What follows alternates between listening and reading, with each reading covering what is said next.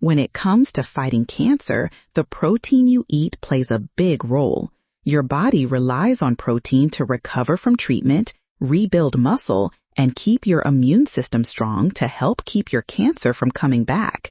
But here's the catch. Not all types of protein are created equal. Some actually help your body fight cancer, while others do the exact opposite.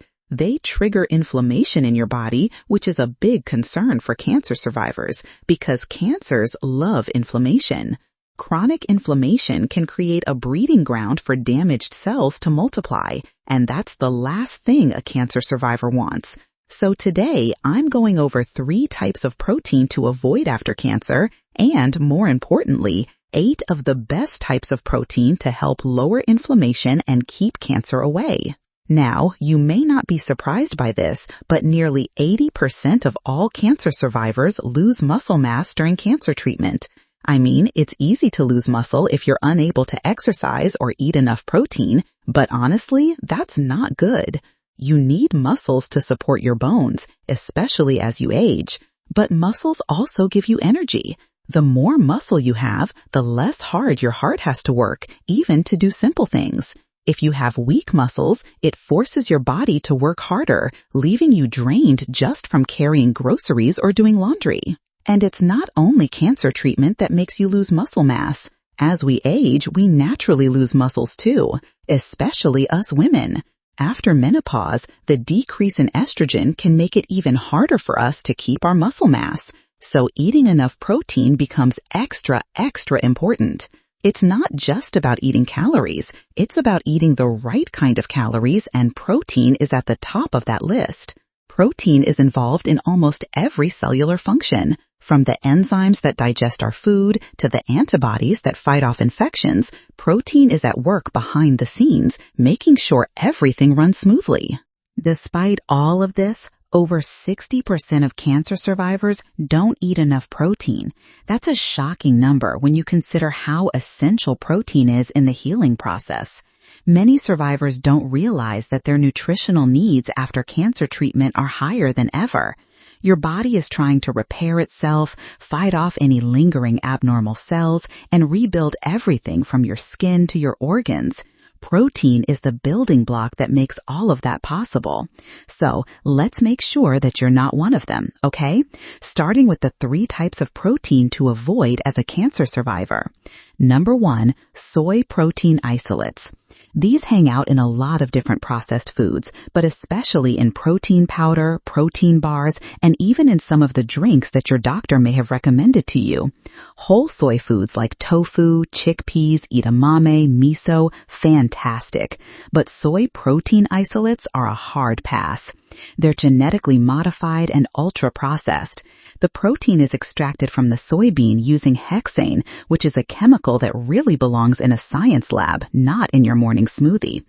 Hexane is a solvent derived from petroleum, and although it may not leave a visible trace in the final product, it's concerning from a health perspective.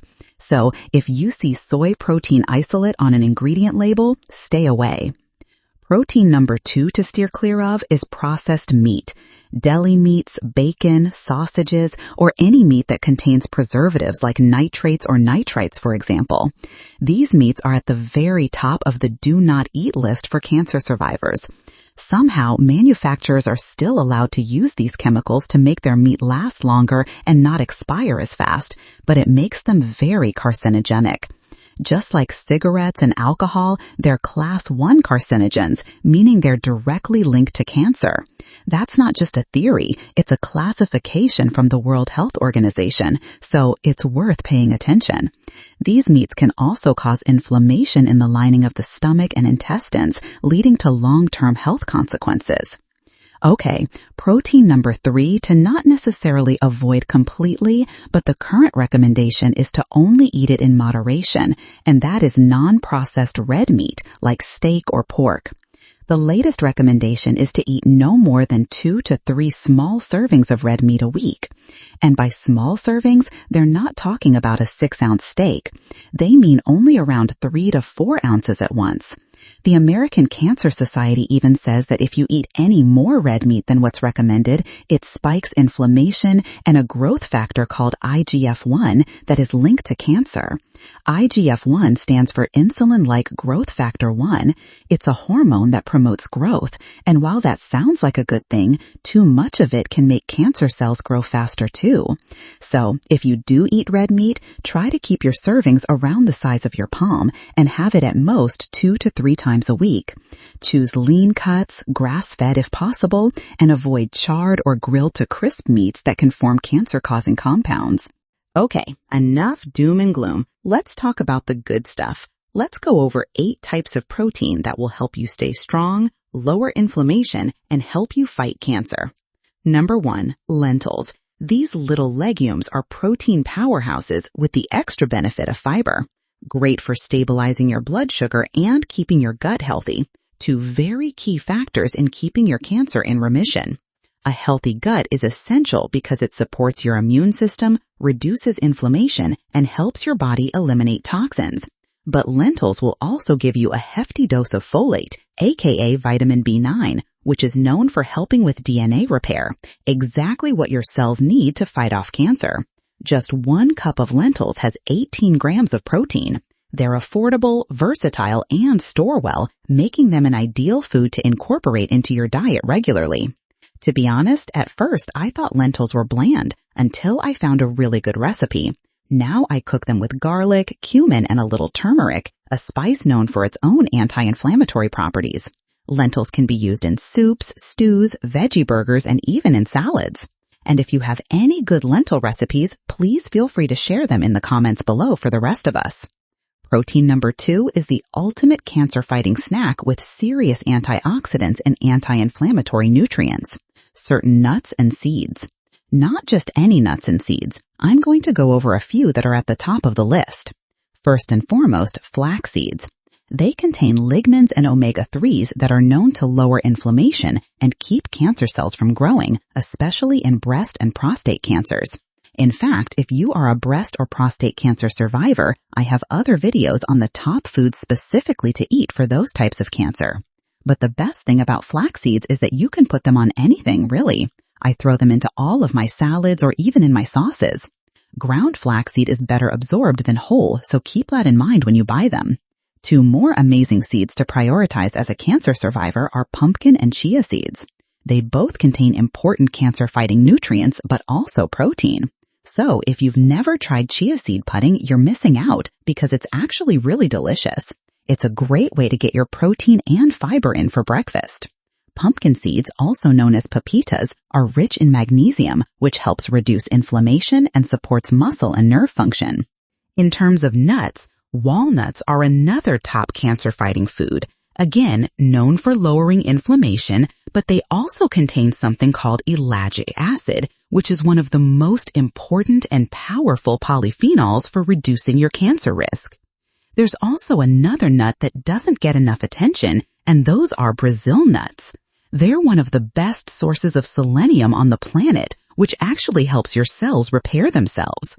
1 Brazil nut a day is usually enough to meet your selenium needs.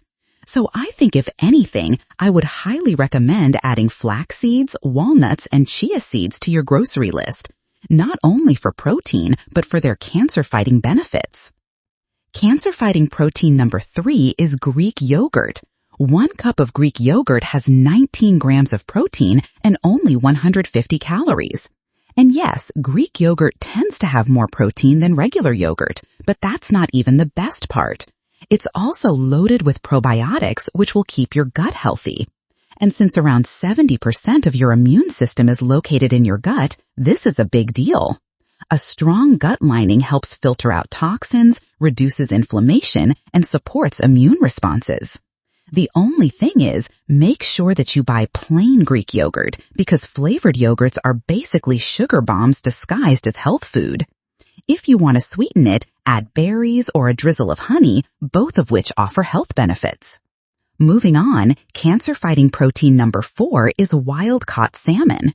You may have heard that the Mediterranean diet can help to prevent cancer, and one of the main reasons for this is because Mediterraneans eat a lot of salmon and olive oil. They both contain healthy fats that not only keep your heart healthy, but also help to keep cancer away.